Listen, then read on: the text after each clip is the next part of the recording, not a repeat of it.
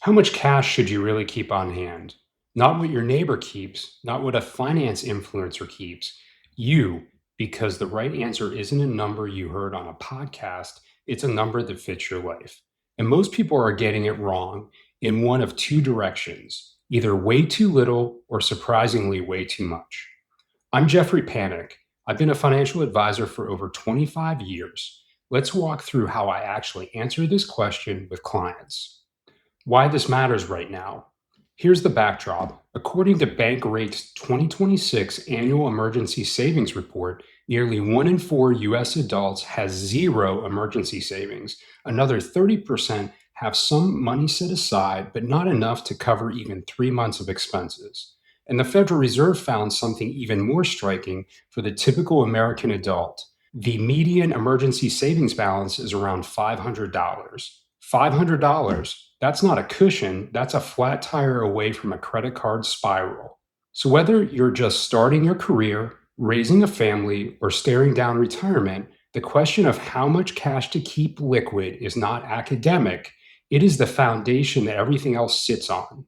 The rule of thumb and why it's not enough: 3 to 6 months of living expenses. You've probably heard that rule.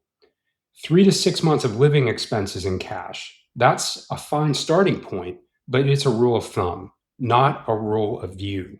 In my first book, Your Future is Now, an introductory guide to managing your finances, I walk through how to personalize that number. It comes down to four honest questions. Number one, how much income supports your household? A dual income household with two stable jobs can lean towards 3 months. A single income household or a household with one variable income earner should lean towards 6 or more months.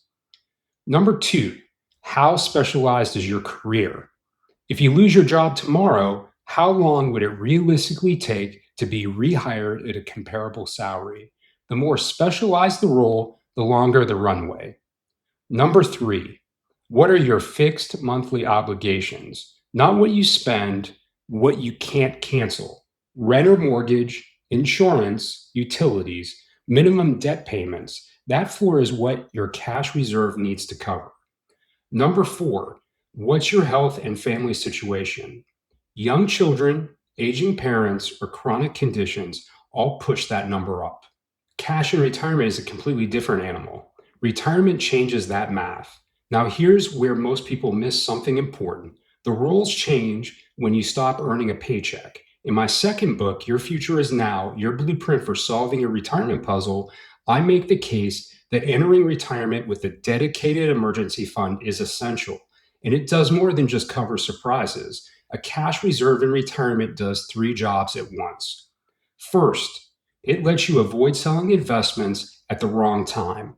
If the market drops 20% and your water heater fails that same week, you do not want to be liquidating stocks at a loss to fix it. Cash buys you the ability to wait.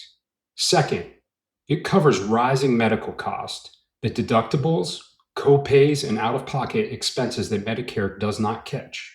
Third, it absorbs the big ticket surprises, the roof, the car, the dental work, without disrupting your withdrawal strategy.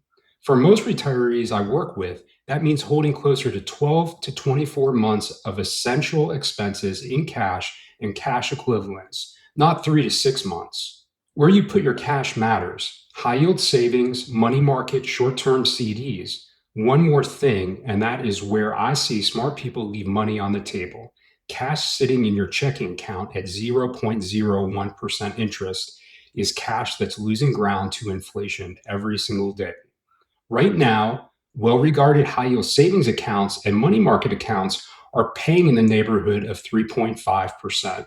On a 6 month emergency fund of, say, $30,000, that's a difference between earning a few dollars a year and earning over $1,000.